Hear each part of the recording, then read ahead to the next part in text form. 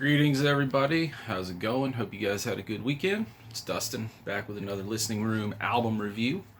Today, we are taking a look at a new release from one of the biggest bands in the history of death metal. And they released several landmark albums in the genre. Talking about the new one from Cannibal Corpse called Violence Unimagined. Came out April 16th on Metal Blade Records. This is the band's 15th studio album. And if you don't know who Cannibal Corpse is, they are a death metal band formed in Buffalo, New York, 1988. They released their debut album Eaten Back to Life in 1990 and went from New York, transferred to Tampa, Florida. Recorded some landmark albums in the genre. Albums like Butchered at Birth, Tomb of the Mutilated, and The Bleeding are all considered death metal classics. It was after that they parted ways with original vocalist Chris Barnes and recruited monstrosity vocalist George Fisher. And he's been with the band ever since. Been through quite a few lineup changes over the years. Other than the vocalist change, all the changes have been in the guitar department. Bassist Pat O'Brien, or no, I'm sorry, not Pat O'Brien. Pat O'Brien's a guitarist. I'm totally drawing a blank here on the bass player of Cannibal Corpse's name. And I'm sorry. Pat O'Brien left the band after he had some legal issues. Alex Webster, there we go. Alex Webster on bass and Paul Mazurkowitz on drums.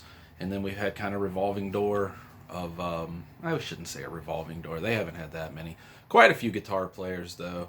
They had Jack Owen for a while, and of course Pat O'Brien. And with this one, they see longtime producer Eric Rutan, who has been producing the band since 2006, I believe. Kill was his debut, and he's been there as producer for quite a while now, but actually now playing with the band. And this is a killer slab of old school death metal. And one thing about Cannibal Corpse is they're consistent, man. I mean, every record in their discography, I don't think they've ever really had a dud.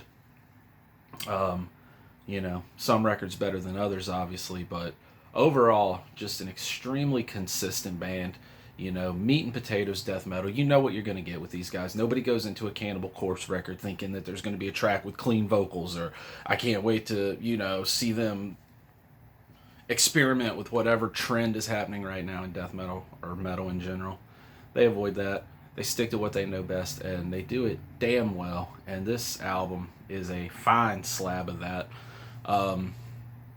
Cannibal Corpse's first record, Eaten Back to Life, was very much influenced by bands like Possessed and Creator, and had very much a thrash vibe to it. And there have been elements of that retained throughout Cannibal Corpse's career. Just about every album you will hear, to some degree, that thrash influence, and it shines through on this one big time, man. There are some thrash just riffs galore on this thing. It wastes no time, comes straight out of the gate. Opening track, Murderous Rampage, is just full on brutal thrash death metal, and it kicks ass, man. Necrogenic Resurrection, the next track, just super heavy. That and the track that follows that, Inhumane Harvest, which is my favorite track on the album. That riff, awesome. It's killer. I love it. And the tempo shifts from slow, heavy chugging to the riffs, the drum fills. Killer track. And vocally, Cannibal Corpse there's not a lot to figure out. If Cannibal Corpse has a song called Murderous Rampage, it's about somebody going on a rampage filled with murder. If they have a song called Hammer Smashed Face, it's about a face that got smashed with a hammer. Not a lot to read into, right? And that's why we love them. Inhumane Harvest, which is, I'm not some kind of black market organ harvesting kind of thing going on in it. But anyway, my favorite track on the record, Condemnation Contagion, kind of breaks away from the gory, lyrics that we've come to know the Corpse for, and really is a topical song, especially with what's going on today, talking about a disease or a plague, and really relevant to what's happening today. There are some slower, groovier passages to a lot of the tracks. Follow the Blood being a good example of this one. Near the end of the record, Over Torture is a track that just fucking rips, man.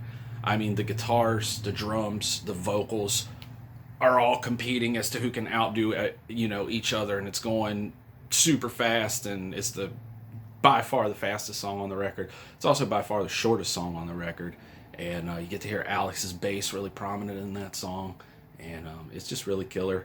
And then the last track, Cerements of the Flayed, which is a gory tale about being buried alive while wearing the skin of another human. I'm not really sure, but it's killer, and wraps up everything you hear on the record.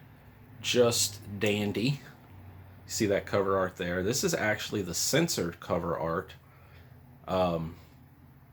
You can Google the original with no problem. And it is a typical Cannibal Corpse blood-soaked scene of mayhem and carnage.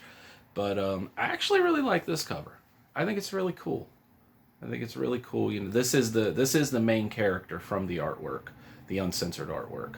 But just a close-up of her kind of demonic tongue coming out of there.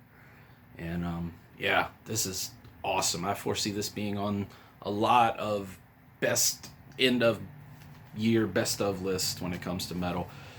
That could be said of any Cannibal Corpse record, I guess, though. They, like I said, consistent. But yeah, there you go.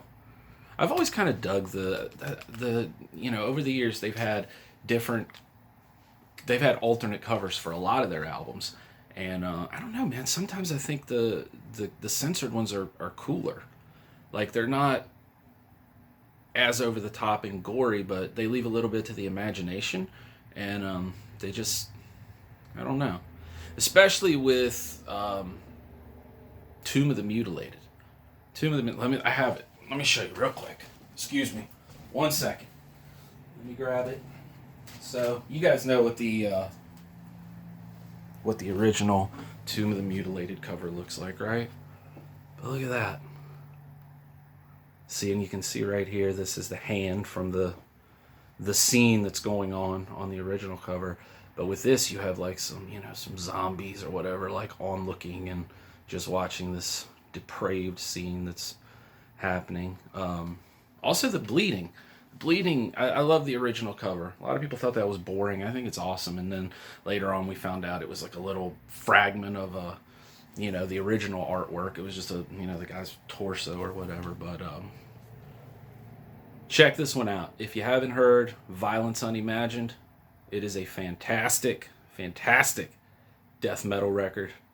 And it's out on Metal Blade Records. Another consistency with Cannibal Corpse. They've been with Metal Blade Records since their first record in 1990. 1990, Eaten Back to Life was released on Metal Blade. 2021, Violence Unimagined on Metal Blade. And check it out, man. Awesome record. If you're new to the channel, hit the like button, hit the subscribe button, leave me a comment. Let me know what you think of this album. Let me know what you think of the Corpse, and how you think this stands in their discography. And we'll see you guys real soon. Peace.